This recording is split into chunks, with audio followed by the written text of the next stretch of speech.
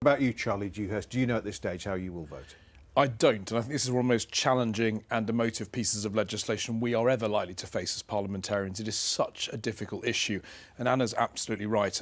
We need to listen to everybody involved in this debate on all sides. I'm sympathetic to both sides of the debate. I really do get those arguments, and that's why I've not yet made up my mind. One of the things that does concern me is how you take an idea and principle which we might support and put it into legislation to ensure that legislation is watertight, to ensure it's fit for purpose, that it can't be abused. And all of that is what we as parliamentarians are going to have to debate in the coming weeks. Red lines for you, Charlie Dewhurst, because we're told at this stage that this would affect people with less than 6 months to live. But do you feel further down the line that could open the floodgates? There is always that potential, but that's why the legislation has to be right. And I think when you said, when you're speaking to healthcare professionals, and I have been approached by some in my constituency who have strong views, actually strong views in favour of this legislation, which surprised me. They told me stories of their own experiences, and that was interesting to hear.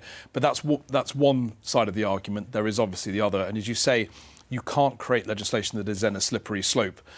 So whatever we do, and the responsibility will be on us to make sure that we get this right, and it is a real challenge.